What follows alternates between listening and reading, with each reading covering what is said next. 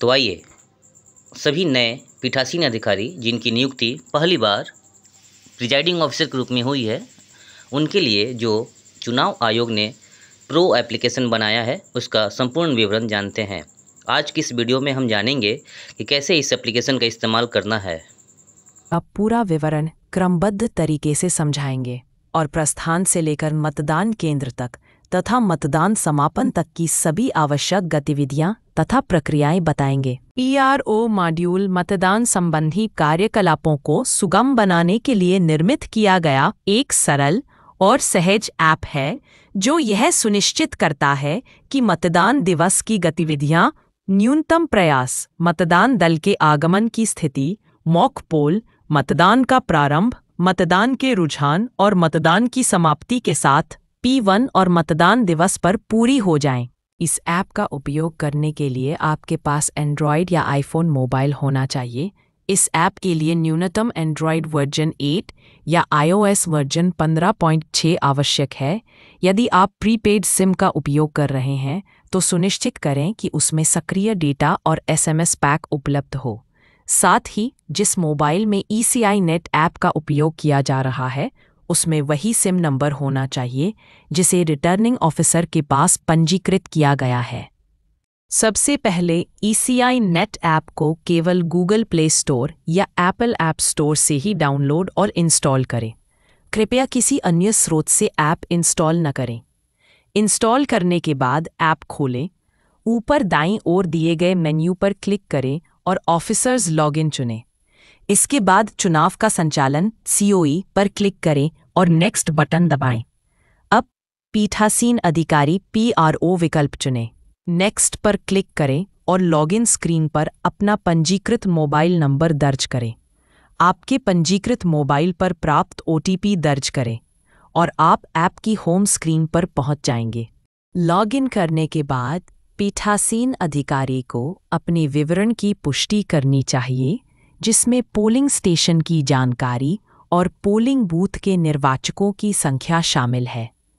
किसी भी प्रकार की असंगति पाए जाने पर पीठासीन अधिकारी को प्रेषण केंद्र डिस्पैच सेंटर से पोलिंग स्टेशन जाने से पहले तुरंत रिटर्निंग ऑफिसर को सूचित करना अनिवार्य है।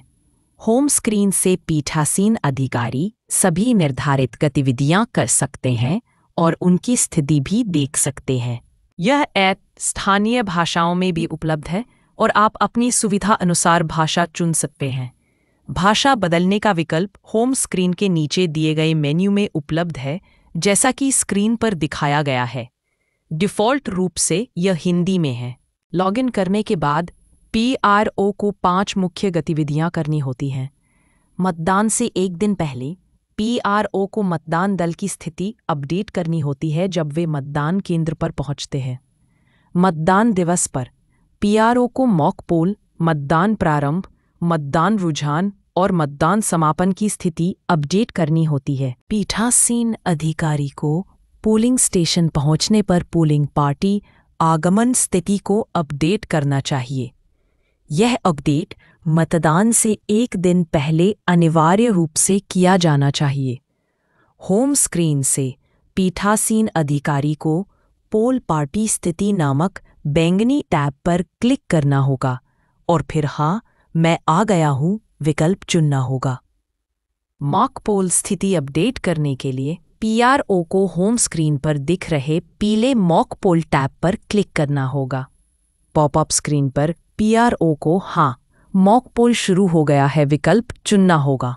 मॉक पोल सफलतापूर्वक पूर्ण होने के बाद PRO को मॉक पोल के दौरान उपस्थित पोलिंग एजेंटों की संख्या की पुष्टि करनी होगी और पॉपअप स्क्रीन से मॉक पोल की पूर्णता की पुष्टि करनी होगी। मॉक पोल पूर्ण करने के बाद PRO को पोल स्टार्ट स्थिति अपडेट करनी होगी। होम स्क्रीन से PRO को गुलाबी रंग के पोल प्रारंभ करे टैब पर क्लिक करना होगा। पॉपअप स्क्रीन पर PRO को हाँ, मतदान शुरू हो गया है विकल्प चुनकर पुष्टि करनी होगी। यह एक अत्यंत महत्वपूर्ण चरण है और पीठासीन अधिकारी को इस पर विशेष ध्यान देने की आवश्यकता है। पीठासीन अधिकारी को 5 स्लॉट्स में डेटा दर्ज करना अनिवार्य है, जिसकी शुरुआत सुबह 9 बजे से होगी। पहले स्लॉट सुबह 9 बजे में पीठासीन अधिकारी को मतदान प्रारंभ होने से 9 बजे के बीच ईवीएम पर डाले गए मतों की संख्या दर्ज करनी होगी। यह प्रविष्टि सुबह 9 बजे से 9:20 बीच की जानी चाहिए और इस अवधि में पीठासीन अधिकारी आवश्यकता अनुसार कई बार डेटा संपादित कर सकते हैं। इसी प्रकार पीठासीन अधिकारी को 5 स्लॉट्स सुबह 9 बजे, 11 बजे, दोपहर 1 बजे, 3 बजे और 5 बजे पर डेटा दर्ज करना होगा। सुबह 11 बजे वाले स्लॉट में पीठासीन अधिकारी को 7 बजे से 11 बजे तक ईवीएम पर डाले गए कुल मतों की संख्या दर्ज करनी होगी और आगे भी यही प्रक्रिया अपनानी होगी। कृपया ध्यान दें, अगले स्लॉट में दर्ज किया गया डेटा पिछले स्लॉट से अधिक होना चाहिए। सभी 5 स्लॉटों का डेटा दर्ज करने के बाद पीठासीन अधिकारी को क्लोज ऑफ पोल का डेटा दर्ज करना होगा। क्लोज ऑफ पोल बटन केवल शाम 5:30 के बाद सक्रिय होगा। नक्सल प्रभावित क्षेत्रों के कुछ मतदान केंद्रों के लिए यह विकल्प शाम 3:30 के बाद सक्रिय हो सकता है। पीठासीन अधिकारी को सावधानी बरतनी चाहिए और यह सुनिश्चित करना चाहिए कि क्लोज ऑफ पोल में दर्ज किया गया डेटा फॉर्म 17C से मेल खाता हो। कृपया ध्यान दें कि यह ऐप ऑफलाइन मोड में भी काम करता है।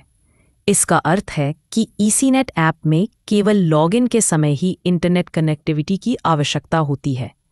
एक बार लॉगिन होने के बाद इस ऐप का उपयोग बिना इंटरनेट कनेक्शन के भी किया जा सकता है। यदि पीआरओ के मोबाइल में इंटरनेट नहीं है तो दर्ज किया गया डेटा एसएमएस के माध्यम से सर्वर पर प्रेषित किया जाएगा। पीआरओ आपके होम स्क्रीन से सभी गतिविधियों और डेटा सिंक की स्थिति जांच सकते हैं। यदि सभी डेटा सफलतापूर्वक सिंक हो चुके हैं और कोई डेटा प्रतीक्षारत नहीं है, तो स्क्रीन पर दिखाए अनुसार ऊपर दाईं ओर हरा ग्रीन आइकन दिखाई देगा। यदि पीआरओ के मोबाइल में इंटरनेट उपलब्ध नहीं है, तो ऊपर दाईं ओर लाल रेड आइकन दिखाई देगा। यदि कोई डेटा सिंक होना बाकी है, तो ऊपर दाईं ओर हल्का नीला और लाइट ब्लू आइकन दिखाई देगा। कृपया सभी डेटा सिंक होने तक मतदान केंद्र न छोड़ें। कृपया मतदान के दिन मोबाइल फ़ोन चार्जर साथ रखें।